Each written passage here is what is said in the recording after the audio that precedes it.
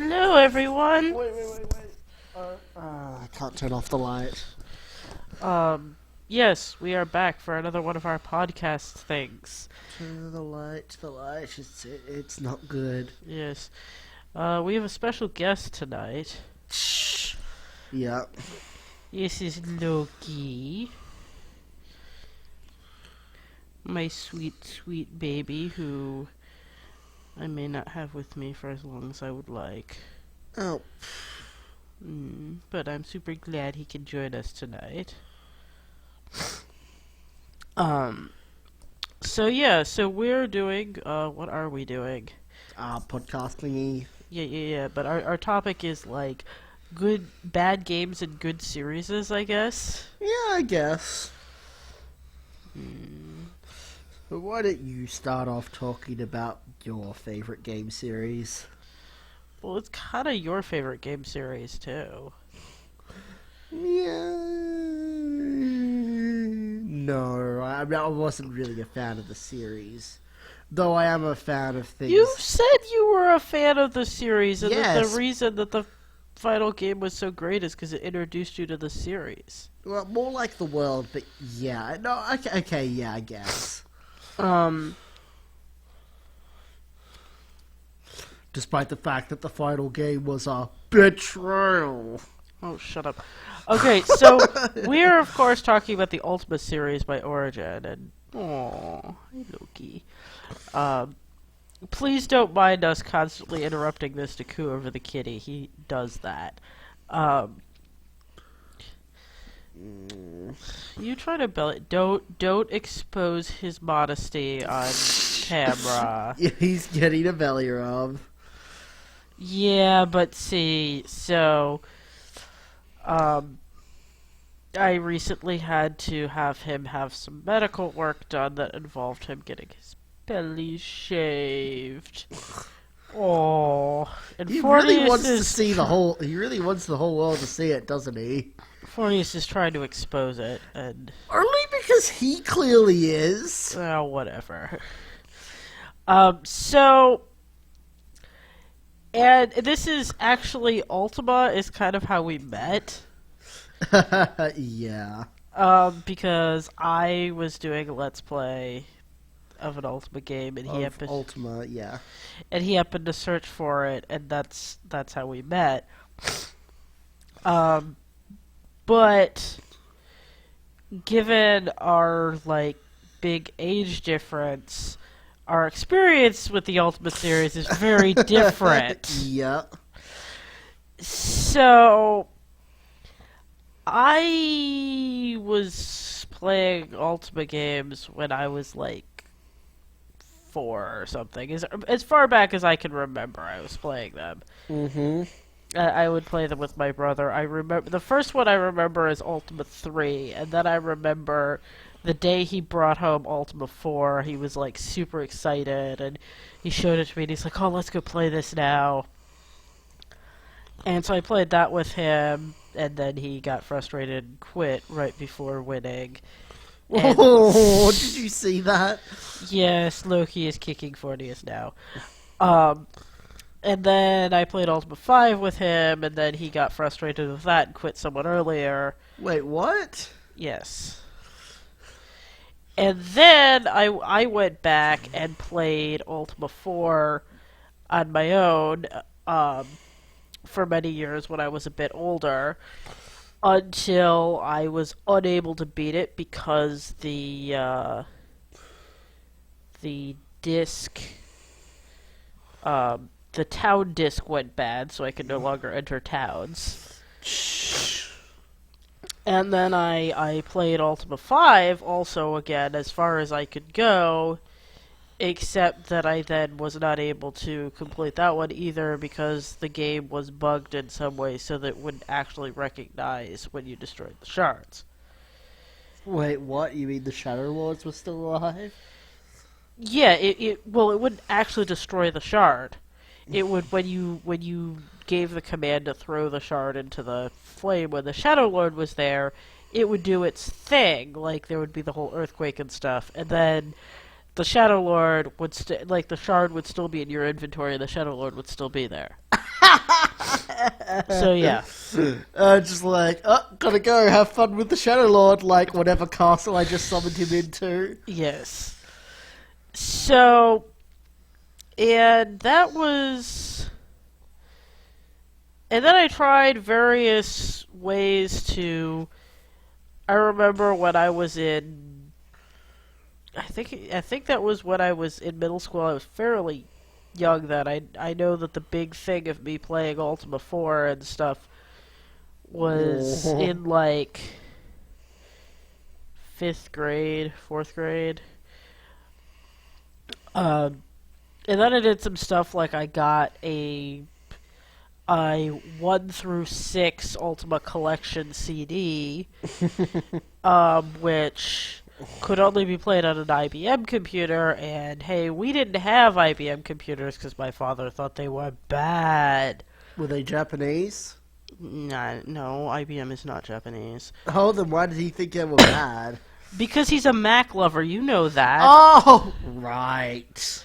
So we couldn't have any IBM computers at home, but he had them at work. So I got to go to his office on the weekends when there was nobody there, and I could play Ultima on his IBM computer there. This didn't make very much progress because I was unable to invest very much time because I could only do it for a few hours on the weekend, and I had to recover so much ground. And there was problems getting them to work because... Sorry, kitty, you're about to fall off. He's making protest noises if you guys can't hear. What? Oh, you disturbed him. He was gonna fall off. That would have been pretty disturbed. Yeah, whatever. I guess we can move the computer. Well, now I can turn this bloody light off. Yes. We should probably turn the lower one off or something. So... just so you can see me while Fortius is doing that. Much better. There we go. Okay, so,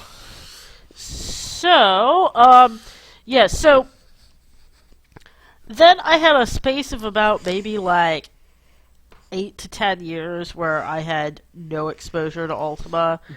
I vaguely knew there were other Ultima games coming out, but... So you never had an experience with Ultima 7 until later? Yeah, I did not play 6 through 8. Move over a bit. 6 Okay, through 8 until much later. And then... He's on the puzzle. Oh, Loki! Sigh. And then my brother got me a copy of Ultima 9 for Christmas one year. And we started playing it. And let me tell you, the best thing about that game was how upset it made him. Mm-hmm. And the bag sheet. Okay, the bag sheet was fun. I was not able to get the bag sheet to work that time. Only in my Let's Play was I able to get the bag sheet to work. Wait, you knew about it? The bag sheet? Well, I found out about it because I was just trying to make more bags for myself. And it kept not working, and so I was trying to look up if there was something wrong. Okay. Anyway, my views on Ultima 9 I go into in great detail in my Let's Play on Ultima 9. And my views are very weird in that, as I said, that I jumped directly from 5 to 9. So I have no context for Ultima 9. Mm-hmm. And therefore, my original playing of it was very hard for me to make judgments on it. I still think it's a shit game because not necessarily specifically that it's a shit Ultima game, though that I kind of think that too, but whatever. I think it's a shit game both because it's not a style of game I like to play. Okay. It's just, I don't like games that are linear like that. I just don't like this type of modern game. So I guess that doesn't make it a shit game, but it makes it a game I really hate. Yeah. But the main reason it's a shit game is because the protagonist is Oh. the Aryan Uberman, and it just... Yeah, okay. That's a legitimate reason. Yes. But Fornios had a very, very different experience. Well, Ultima 9 was one of the first games I ever played. Well, no, not one of the first. Yeah, pretty early, come to think of it. Like, it was definitely one of the first fantasy RPGs next to Baldur's Gate that I've ever played, that I played. Mm-hmm. And yeah, I loved it. I loved the world it was set in, and I loved the interesting virtue system, the moon gates, just everything about the world was so interesting and unique. I'm just laughing because I remember that, like, time when I was talking about how the moon gates work differently in virtually every Ultima game, and then you came up with this convoluted explanation of how it works, and it, like, pissed that other guy on my channel off so much. Yeah. You know, I think one of the main reasons he hated you was because you liked Ultima 9. Yeah.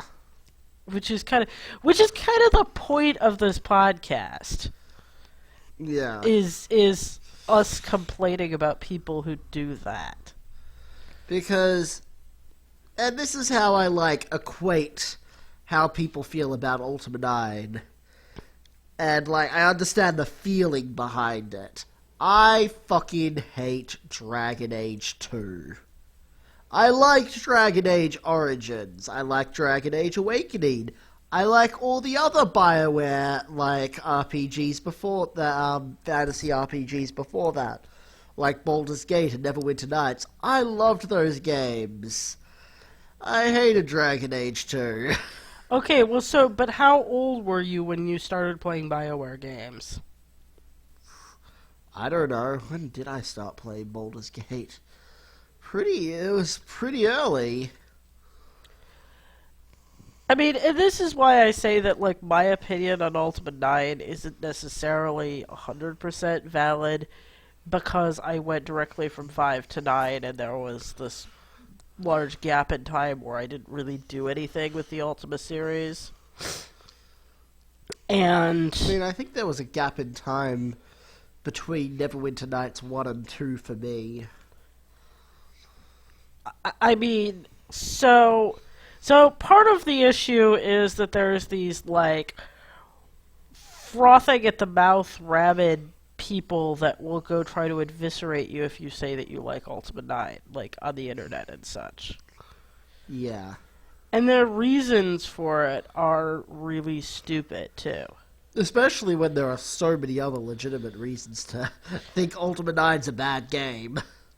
And so the thing is, and I don't know the background of all of them, but the sort of, like, commander of the Ultima 9 haters is Spoony, a.k.a. Noah Antweiler.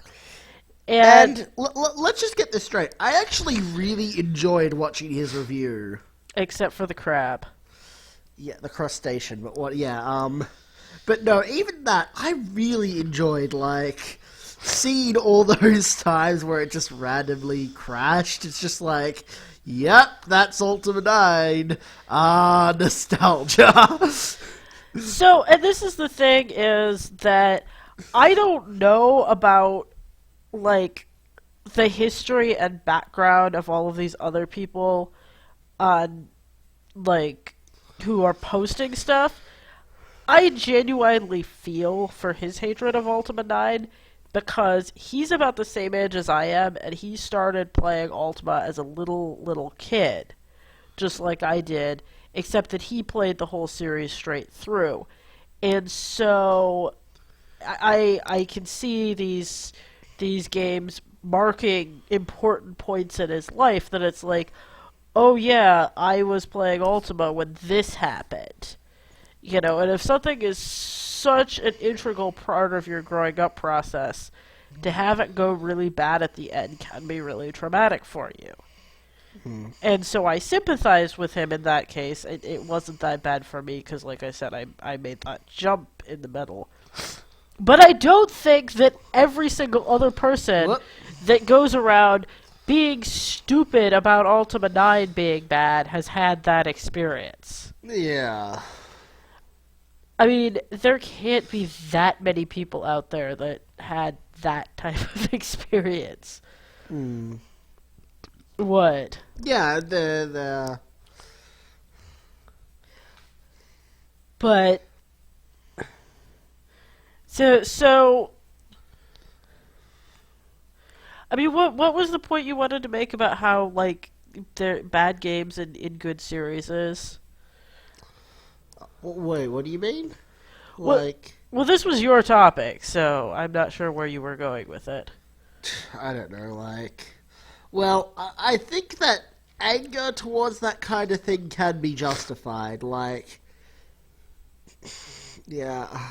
Unfortunately, this didn't happen with Ultima, but anger can make can make the next game better. The backlash from, like, Dragon Age 2 is probably the reason why Dragon Age Inquisition is so amazing. And it is quite amazing, except for that one thing. Well, the thing with Blackwall. Well, okay, no, there's that thing with Blackwell too. No, I mean the thing with Hawk. Uh, Yeah, you'd At wiped lea- at that out of your mind, hadn't you? at least the warden doesn't show up. I never Yes. liked Hawk anyway. Yes. You know, at least the warden didn't show up, and he was a blonde douche. What? No. They're saving that. That's the end thing. Is that the warden shows up and has sex with Hawk at the end. That's how the game's gonna end. Yeah, like that's the whole thing about the mystery with the wardens. Yes. I get the feeling that the thing that they're leading up to is that, like, Corypheus is somehow controlling the wardens. Yes. But whatever. Yeah. We're just annoyed because somehow, like, we got into a relationship with Blackwall, and he will neither have sex with us nor allow us to leave the relationship. Yeah, yeah. We thought it was going to be like Origins, where we can have multiple things, and then everyone gets jealous, and then it all, like, cover... Because I really like that about Origins. I kind of like... I don't like being stuck in a relationship.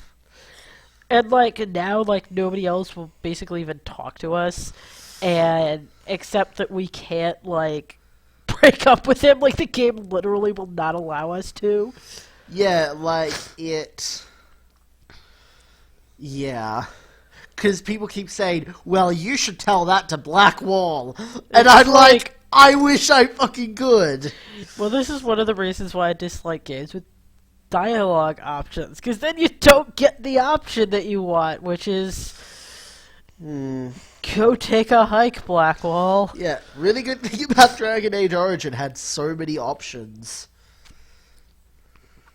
I was actually reading that in some of the comments that having it go to voice kind of wrecked that, but Well, I mean, what go to voice? having it like be voiced, like because the warden didn't have a voice in Dragon Age, or Yeah, did? that kind of did. Yeah, I have been thinking about that. That kind of did wreck that. I don't think your main character needs a voice. That was a Mass Effect thing, and I mean, I personally like it.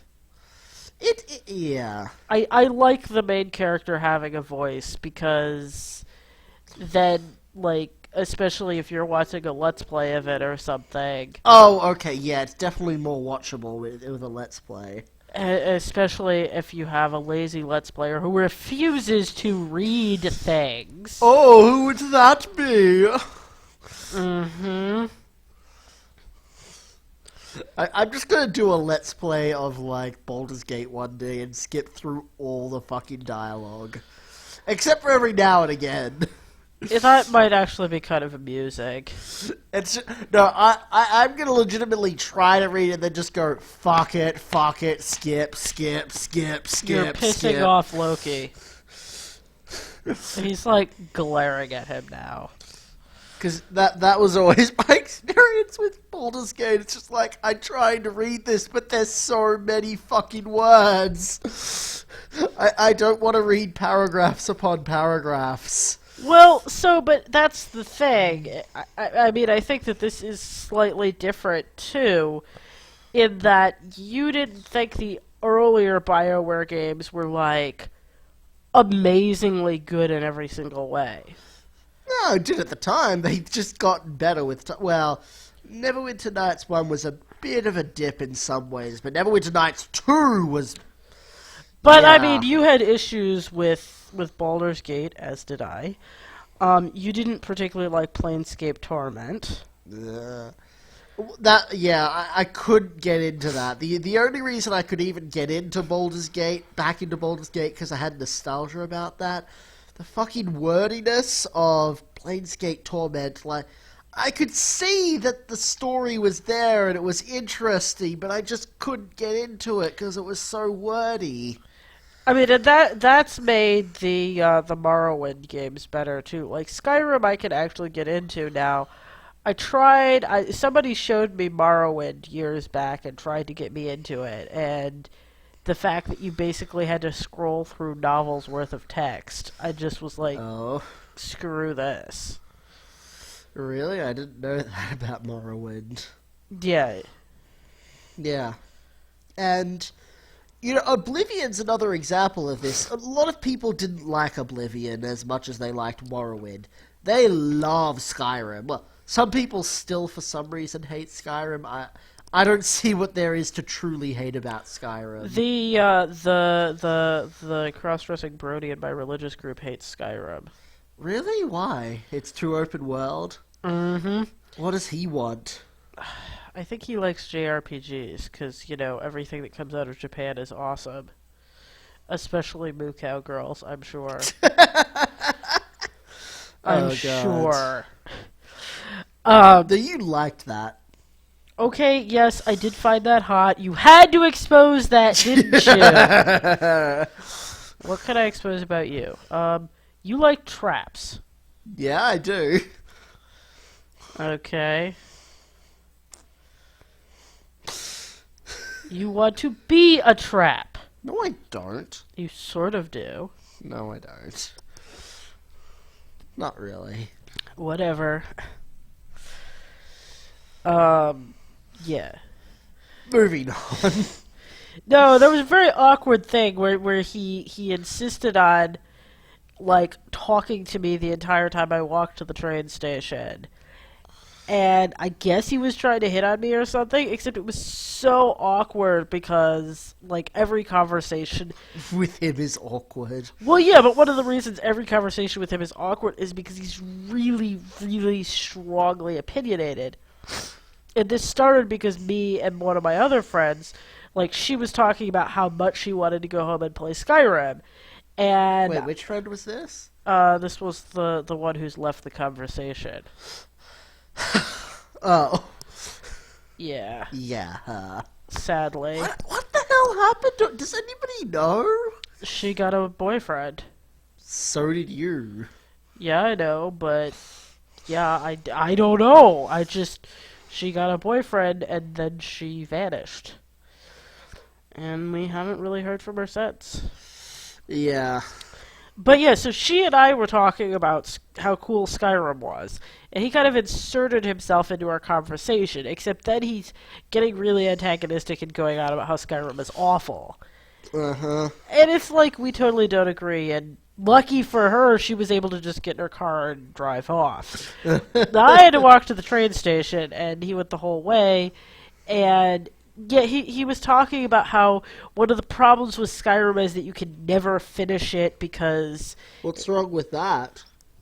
Okay, well, I agree that that's annoying. This is one of the reasons why I don't like MMOs. But the thing is that with Skyrim, like, the repeatable quests, it's pretty obvious they're just repeatable quests. Yeah. Are there many repeatable quests? Well, yeah, no, there's the bounty ones. Mm-hmm.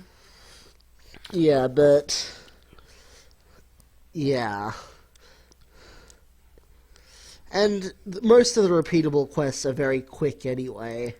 And you feel like you could really do it anyway. Most of the repeatable quests revolve around killing a very specific thing, right? Mm-hmm. I don't know. I haven't... I mean, you pretty much my whole extent of playing Skyrim was either what I played with you or doing fucking Thieves Guild quests. Yeah. So That yeah. must have been really awful. Well, the thing that was so annoying about it was that we'd go into a town and there'd be shit happening, and I'd be like, wait, I want to find out about this. I want to do the quest in this town and find out the story of what's going. No, Thieves Guild time. Is what he said. Yeah. Yes. But yeah, so there are people who dislike Skyrim, as unbelievable as that might be. Yeah, I mean, if it's not your thing, fine, but... I mean, okay, I will admit, I don't think Skyrim is the greatest game in the world. Like... Yeah, you prefer, like, a thing where the main quest is all... Because the main quest is very disconnected from the world, isn't it? Yes. You do get the thing where dragons randomly attack, and that's kind of a reminder, but...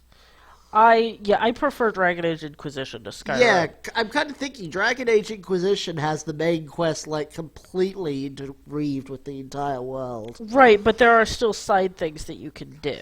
Yeah, well, there are... Yeah, I mean, yeah. I mean, my ideal game in terms of main quest and side quests is Ultima 7. And Dragon Age Inquisition, the way it handles it, comes... Well, no, there's not enough NPC, and... Well, it's different because you have your companions and your people, and that's where you get the interest of your NPC interaction in Dragon Age, as opposed to in Ultima 7, you go to all these different towns and there's people in them that you interact with and get quests from them. I suppose that role is filled by the people in Skyhold. I wish you could interact with, like, more of the people coming in and out of Skyhold that apparently do... Like, all the visiting nobles and anything, they just kind of randomly talk to you. Yeah, I remember... It was actually kind of charming how excited you were about the Orlais mission. Yeah, that was... I like those kind of weird, like... talky missions. No, I totally agree. I remember in Neverwinter Nights 2, the bit where you're on trial is one of my favorite missions. I would much rather talk than fight, honestly. Yeah. Kind of like in Dungeons & Dragons. Well, I mean, I enjoy fighting sometimes in Dungeons & Dragons, not in this campaign, because fight consists entirely of Mr. Catman stabs something. Yeah. That's right, we did talk about him. Yes. No, I mean, I enjoyed some of the fights. Yeah, I kind of annoy people with how much I want to talk my way out of stuff. I mean, there was the one... Okay, but the fight with the Frost Giants was pretty cool. Yeah. We got to control Baba Yaga's hut. It was... Yeah. Yeah. But I mean, there were like there was a thing in my last campaign where we had to take out a whole army, and we proceeded to do this by our summoner summoned a bunch of stampedes, and we also had the paladin had like tamed this little steam mephit. Oh, right. So he was the steam mephit. I wasn't involved, but I've heard about this story. He was immune to fire damage, so we got him these necklaces of beads of fireball because he wouldn't be hurt by them. So we just had him fly around to the army camps and basically bomb them all. Yeah. So this was we didn't actually fight at all because we just had the mephit bomb things and like summon these stampedes to take stuff out. Mm-hmm. But it was cool because it was problem solving. Like we were like, okay, how do we manage this because we have like this whole army we have to take out. Mm-hmm. But I mean, I also like talking one's way out of fights as well. But yeah, I definitely find talking more interesting than fighting in like computer RPGs because I think it would be cool in like if say in an Ultima game, if they would ever make like one in the style of Ultima 5, if anybody was to ever do that. Yeah, So, if anybody ever was to conceive of doing something like that. if like you, because one of the big things about Ultima is that you find little bits of information from NPCs. If like some of the information you find is like how to is the like way to negotiate with certain things, and like what to say. Mm-hmm. Well, there is a little bit of that in Ultima 5 in that you get the password into Blackthorn's castle. Yeah. The password of the oppression. Yeah, because, what the fuck would you call yourself the oppression? Pretty much every review I've read of Ultima 5 raises that point. It's just like, the big, like... Well, that's the thing, they don't view themselves as evil. That's the whole thing about Ultima 5. Why would they call themselves the oppression? This just amuses me. Whose idea was this? I suppose you could explain it by saying that it was like that Blackthorn doesn't see himself as evil, but a lot of his like toadies do, and they came up with it. I don't know. Yeah, but then Blackthorn is like, why are you calling yourselves the oppression? We don't oppress people, we're just liberating them from... Oh god, that just reminds me of like how pissed I am that they retconned Sinfral in Ultima 6. Who's Sinfral again? He's the demon. Oh, yeah. Yeah. That he was such an interesting character, and then they made him stupid in Ultima 6. Well, they didn't make him stupid, but yeah. Well, they made his backstory stupid. Yeah.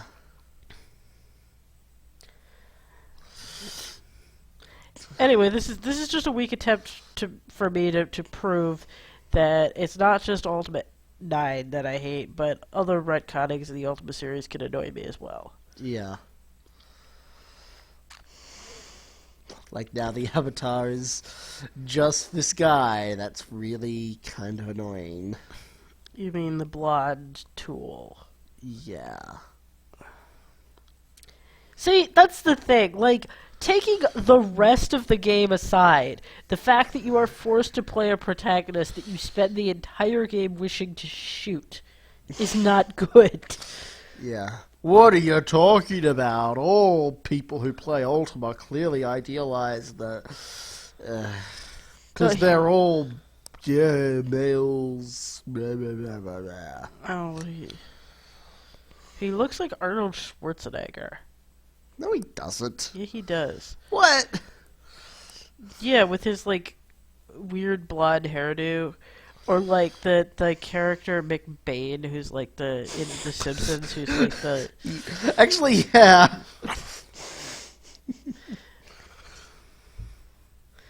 Fortunately, he doesn't have the same voice, but his voice is annoying enough.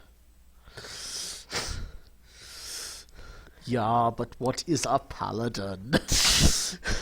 Okay, so this really annoys me. Like, why the fuck do people make that the emblem of everything that's wrong with Ultima 9? Yeah. No, the fact that they were trying to, like, introduce new people to the Ultima universe, because that's what the origin of that is. Yes, but they could have done it in less stupid ways. Yes, but that attempt to do it should not be the symbol of everything wrong with Ultima. That sends the wrong message. Well, how dare they try to make it more inclusive? Well, the fact that they did it badly is my problem. Well, yeah, of course, but... I mean, there are ways that No, the best way would be to show us what a paladin is. Well, no, one of the things that really annoys me is he asked what a paladin is, but he doesn't ask about any of the other classes. Why is he not confused about them? Well, are the other classes as prominent? Like, YOLO's really the only bard. No, I mean, back in Ultima 4, and to a lesser extent in Ultima 5... like, almost all the residents of that town were. I mean, in Moonglow, there's a bunch of mages, but it's pretty obvious to most fans of RPGs what a mages are. Well, but that's what I'm saying is that they're making it obvious that yeah. I mean, even in Ultima 7, like in Mindoc, in the town of Tinkers, there's a big artist college there. Mm-hmm. And stuff. It used to be that the professions were just that. They were professions in each town. Yeah. So what did bards do? Sing and play music. Do they really need that many people to do that? Apparently. I just imagine like 50 copies of YOLO playing like the song at night. Just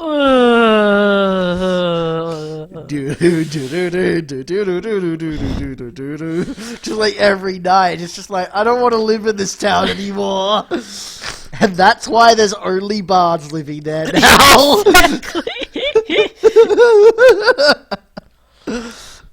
So why don't you talk about why Dragon Age 2 is not a good game? Well, less character like origin choice. And well, no, it's not even about origin. It's No, it's you can only play Hawk, who has like this predefined family and everything. Yeah, well, that's not the biggest deal. Okay, let me think about this. It is very different from the other Dragon Age games. In Dragon Age Origins, there are a number of preset backgrounds you can get. And all the characters in like that you meet in your origin story, you interact with other classes. So, like with the mage story, you remember in Redcliffe there was that blood mage in the dungeon. Yes, He's part of the origin story for being a mage. I feel really bad for him. Oh yeah, but yeah.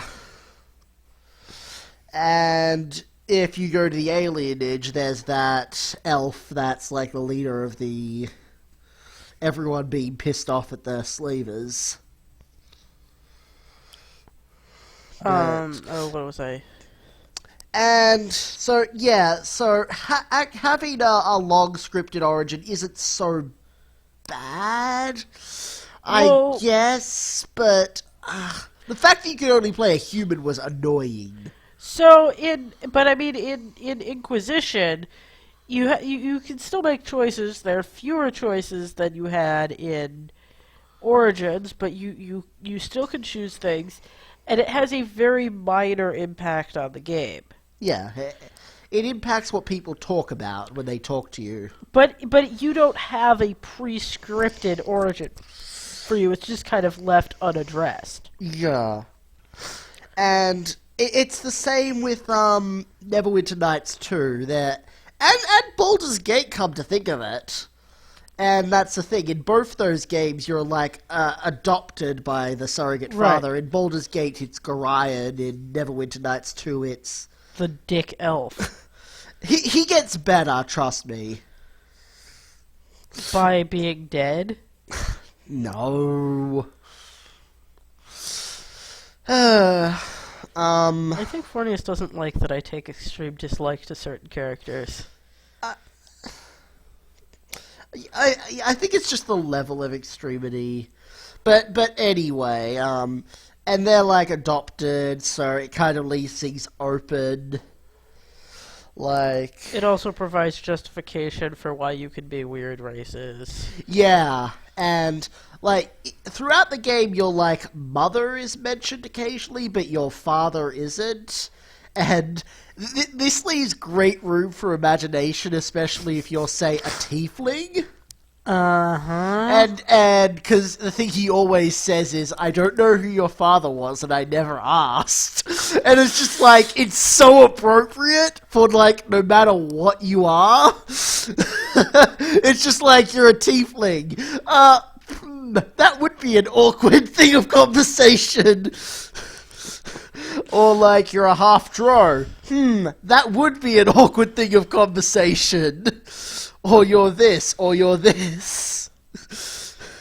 So, yeah. like, I loved that because it's very open-ended, but it's so well written it could mean anything. Mm-hmm. There's nothing like that in Dragon Age 2.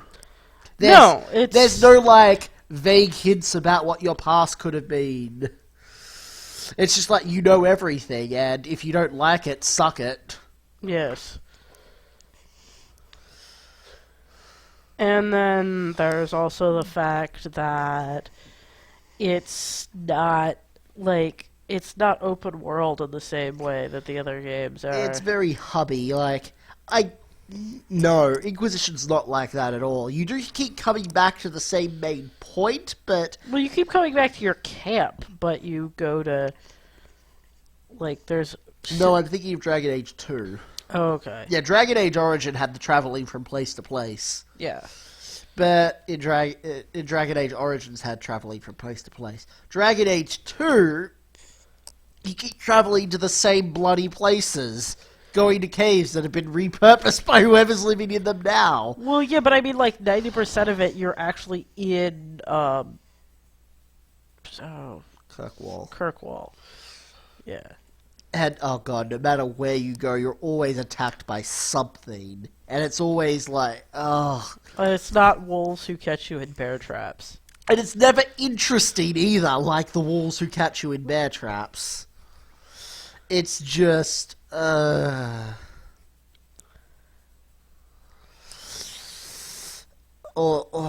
it's just so, the combat just kept dragging on, and no matter where I went, I was always attacked. I generally don't like constantly fighting things. I've never liked, for example, long dungeons in games. In Bioware games, I remember in Neverwinter Nights 2, I didn't like the Orc Cave part, because it just dragged on for so long. I like combat constantly broken up with talking. I mean, of course, I haven't seen all of Dragon Age 2 because you haven't finished your Let's Play of it, but... I'm probably not. Flonius is known for not finishing his Let's Plays. It's kind of sad. Yeah. Yeah. I try not to be that person, but... But you are that person. I mean, I finished my Painkiller Let's Play. Maybe I should just focus more on things like shooters. Because I think... games that I think are good to Let's Play. And... almost all games are good to Let's Play. You just need to know how. Yeah, no. All games are good for Let's Play with the right Let's Player. I could go back to Dungeon Crawl again. I think that's a game that's good to Let's Play. Anyway... but my impression of Dragon Age 2 is that it was much more scripted than the other ones. Yes. That, like, because I know, like, when we're playing Inquisition, you can be out wandering around and you will run into things like that Druffalo. Yeah. And then later you find out what the Druffalo was all about. Yes. But I didn't get the impression that that happened in Dragon Age 2. Nah. Because you were in such a confined space, and it was just like, go do this, now go do this, now go do that. There was no, like, I mean, that was one of the things I liked about Ultima 7 as well, is that when you were out traveling around from place to place, you'd, like, run into stuff. That's a lot of the things that happen in Skyrim, too. Mm-hmm. You know, you're supposed to be going here, but along the way you've encountered this really strange-looking cave. And it's not related to the Thieves Guild, so you move on. Yeah. I'm just imagining you playing this game and, like, I don't know, like, an angel is descending from the sky, and there's, like, this huge thing going on. It's like, it's not related to the Thieves Guild, moving on.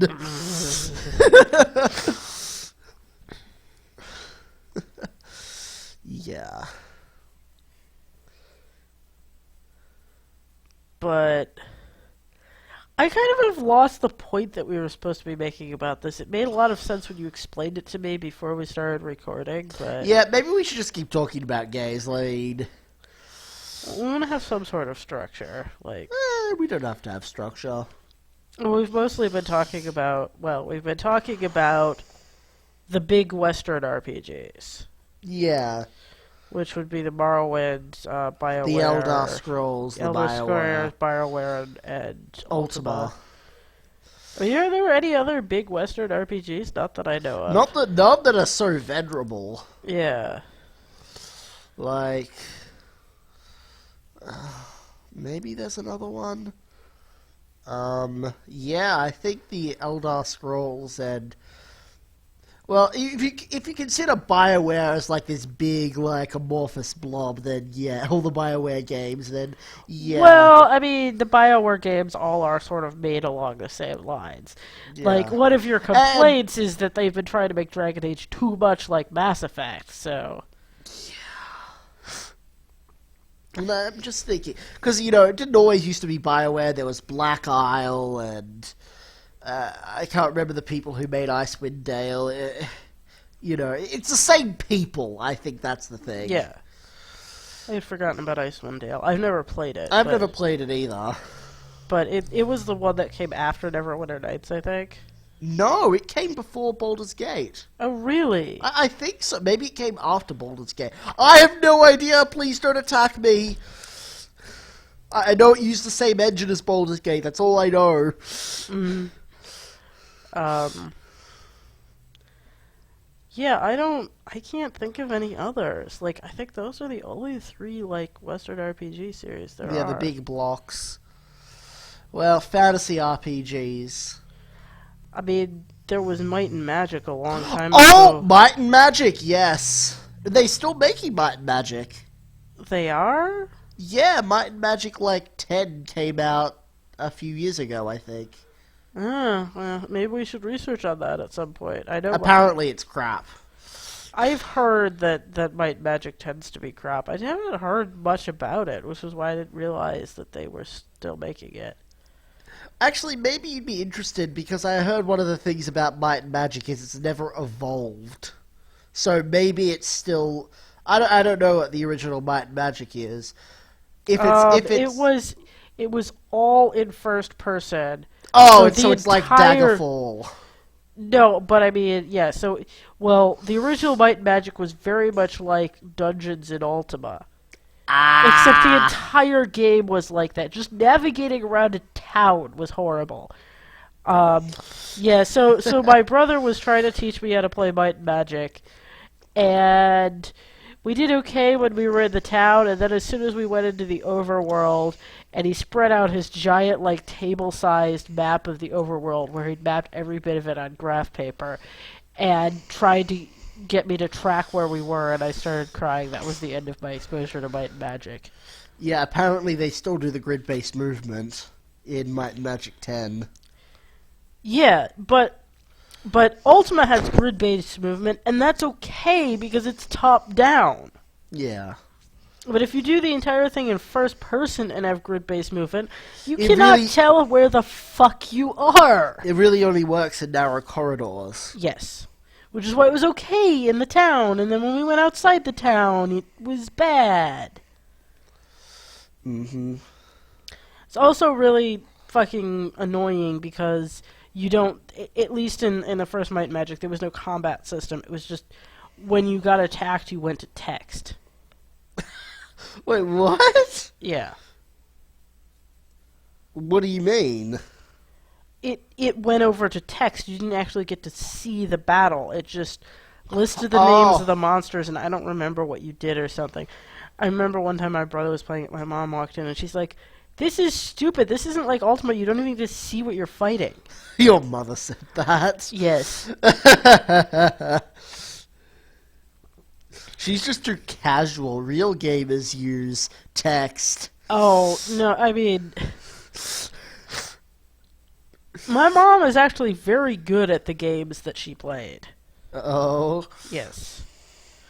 She was very good at them. Mm-hmm. Better than me.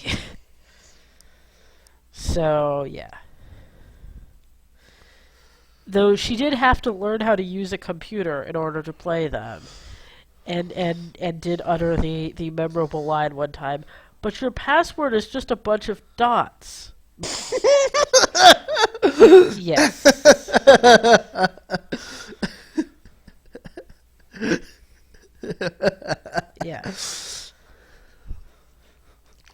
Yes. So there's Might and Magic. I'm sure there must be other. Maybe they're just because Might and Magic's fairly obscure. There used to be, like, back in the old days, Oh, I'm sure. there was Eamon, but that probably died a long time ago. There was Zork. I don't think Zork is an RPG. I think Zork is a puzzle game. Yeah. No, that's probably accurate.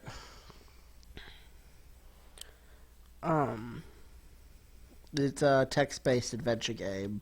Yeah, it's an adventure game. It's not an RPG. Yeah, no, you're right. Yeah. What are the other really old? Because none of them really survived, have they? Well, I mean, Elder Scrolls and Bioware have, but Yeah, and the Bioware line. yes. Yeah, like there was things like Fallout, which have survived nowadays and been taken up by Bethesda. Is Fallout It's an RPG? I thought Fallout was in some ways like a shooter or something. Well, the newer Fallout is more like a shooter. Mm-hmm. The older Fallout was top-down isometric. I see. I am confused by Fallout. Yeah, top-down isometric, but it was definitely... It was not a fantasy art. It isn't really that old, though. It's like post-apocalyptic or something. Yeah, it's future. It's not fantasy, but it is RPG. It's role-played. Like Mass Effect is role-played. I thought that BioWare was an RPG, and then I remember being told, no, it's not. It's actually kind of a shooter thing or something, but... Mass Effect, you mean? No, Or I meant Fallout. You said BioWare. Yeah, whatever. Yeah, Fallout 3 is definitely, the Fallout 3, the newer one, is a shooter, but it has very strong RPG elements. Okay. It's not just window dressing stuff. Like, well, one of the big examples of shooter RPG hybrids is that if you're not skilled at using a weapon, it doesn't matter how well you aim it, you're still going to be shit at it. Okay. It's like not going to do damage, or say in the case of Deus Ex, your aim will waver like this. So, Deus Ex is not an RPG. Oh yes, it is. It's an it RPG shooter. If you don't have like good skills in like firearms, your aim will like wobble everywhere and won't stay still. And I think maybe your weapons do less damage. I was never a gun specialist in that game. So, what do you think about this concept of having shooter RPG hybrids? They're really good. Like, Fallout 3 is awesome. Deus Ex is considered one of the greatest games of all time. Then there's things like System Shock, which is a lot like Fallout 3.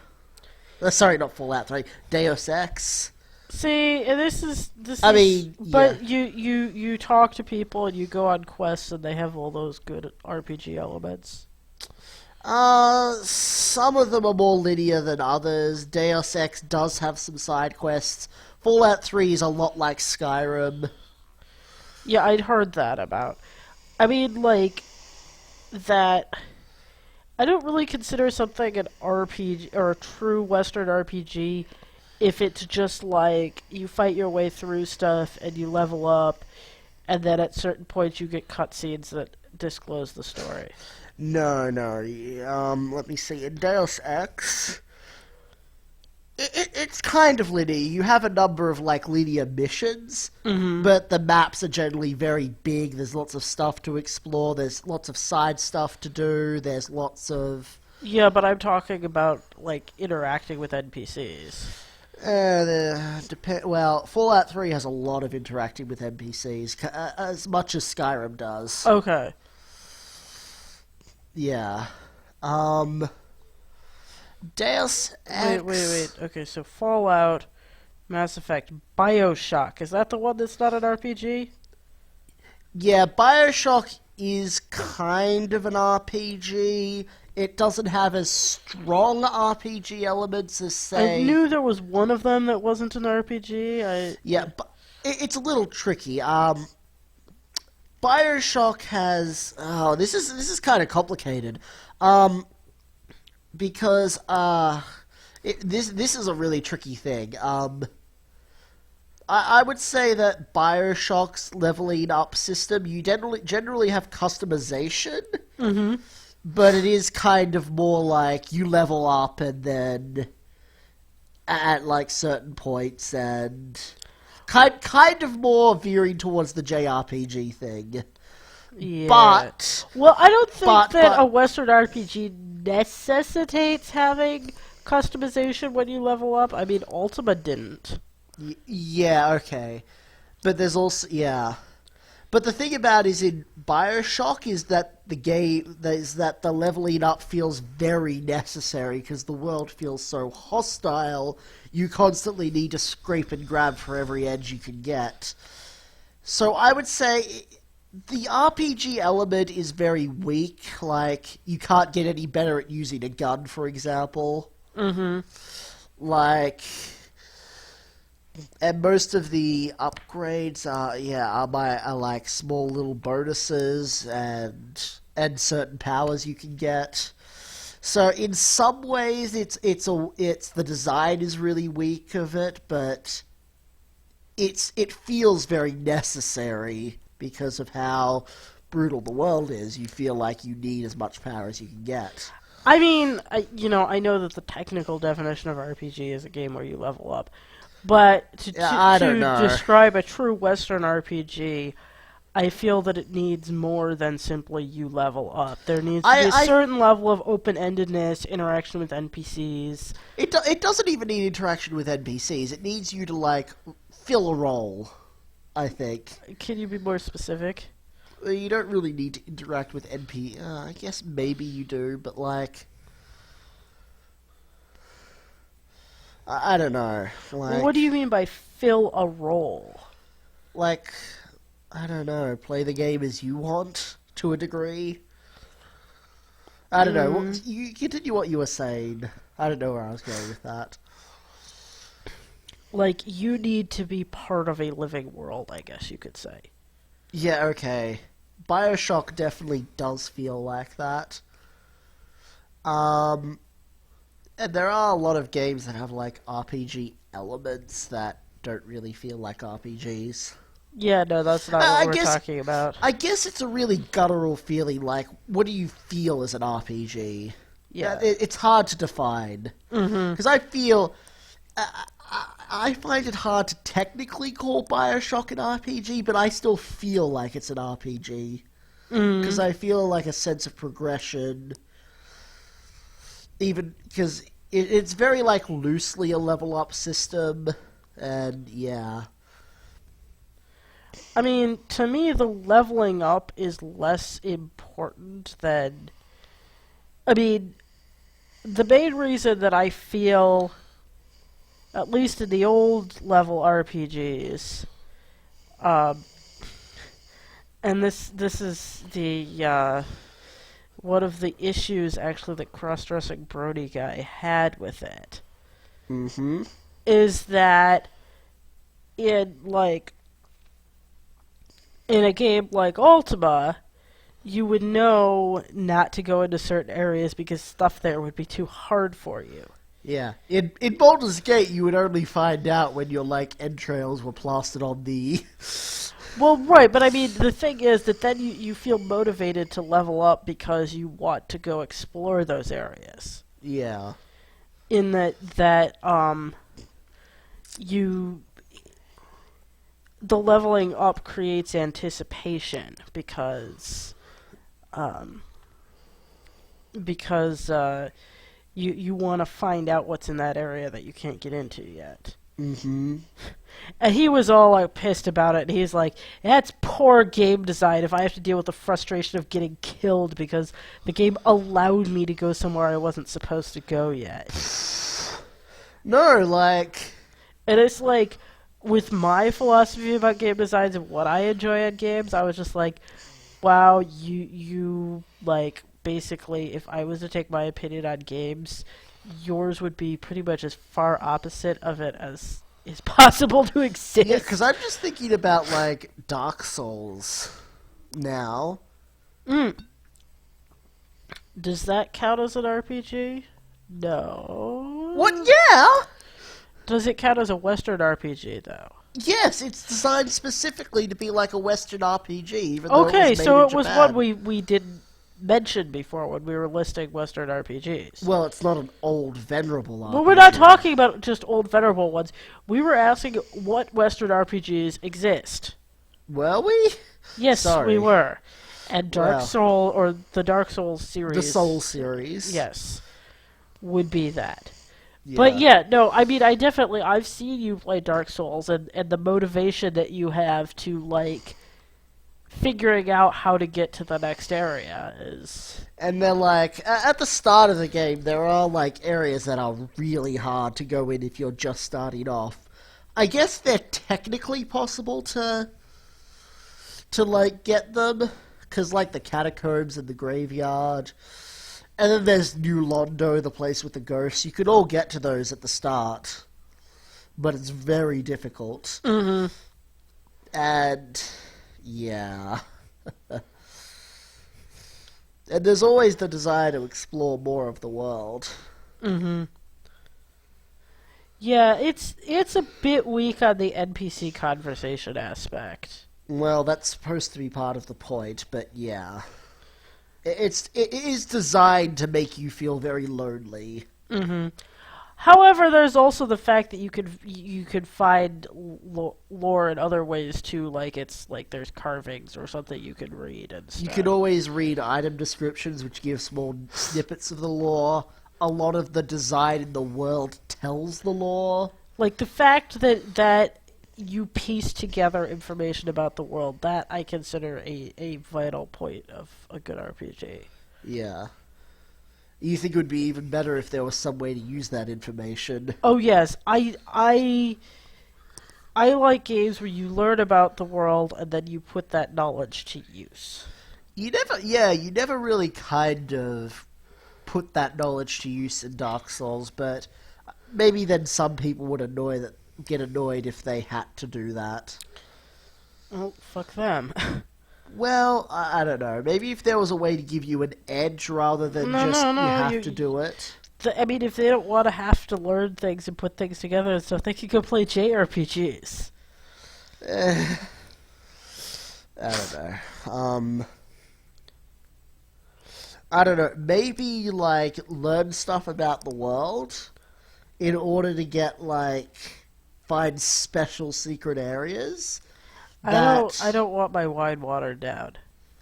No, but, like, that unlocks more of the... Yeah, but if it's not necessary, then I feel like I'm just being given a pacifier to chew on. It's like, oh, a little lore fanatic, pat. Here's a nice little area you can play in. I'm pretty... I don't know. I didn't get that much into Dark Souls. The way I got into the lore was through lore videos.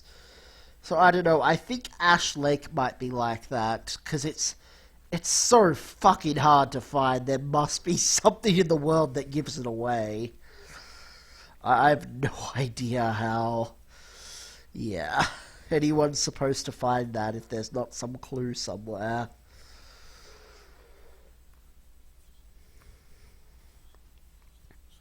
Though it is kind of in a conspicuous look. Anyway.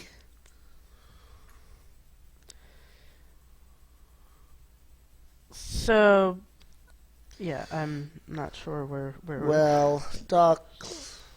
we're actually at the hour mark. Maybe we should wrap this up. No, we don't have to. We can always split it up. Well, I mean, I don't feel like I have anything further to say. Do you feel like you have something further to say? Well, I don't know. Just the thing about... Yeah, maybe, I guess not. Well, I mean, I think that having this discussion about Western RPGs is very useful to have, and I mean, what other Western RPGs have you played? just, And uh, what didn't just, you... just Ultima, and Bioware, and Skyrim. Yeah. So have you actually played Planescape? Because I don't think that was specifically BioWare. No, I have not played Planescape. Yeah. I basically I know it's straight from Dungeons and Dragons. I've read the Planescape literature in Dungeons and Dragons and didn't find it terribly interesting, so I was like, why would I want to play a game on that? Yeah, when I heard about the Planescape video game, I thought it was going to like constantly take place on lots of different planes, and no, it's just in this stupid city. That's the Donut City, right? The donut? Yeah, I don't know. that's the The City of Doors? it's well in the Planescape literature of Dungeons and Dragons. There's like this city that's like between planes or something, Yeah, I think so. and it's shaped like a donut. Is it? I It's don't like know. it's like a torus ring. It's the plane is like a round circle. I have no idea. I don't remember what it's called, but yeah. Sigil? Yeah, I believe so, yes. Yeah. Um yeah, well the reason it would be called the City of Doors is because you could travel to different planes from there. So if they don't have you actually travel to different planes, that's a really fucking stupid waste of They do, but it's like only to other sections of the city as far as I got. Well, that's not other planes. That's whatever. Well, the point is the entire game takes place around the City of Doors, and I thought it was just going to be like a platform to like explore all these different fun worlds. When you talk about the City of Doors, I just keep thinking of that Daggerfall video. Oh god! It's the City of Doors! Our doors have doors on them. Doors on our doors. Leading to doors, leading to doors! And then there's that long shot showing like 30 doors. And it's just like, holy shit, there really are so many doors. Thank you for showing me that video. It revived my enthusiasm for Let's Playing. Oh, it did. Yes. Because, like, those are the kind of moments that I want when I Let's Play. Is things like that. Yeah. It's the House of Doors. How many doors can you open and close?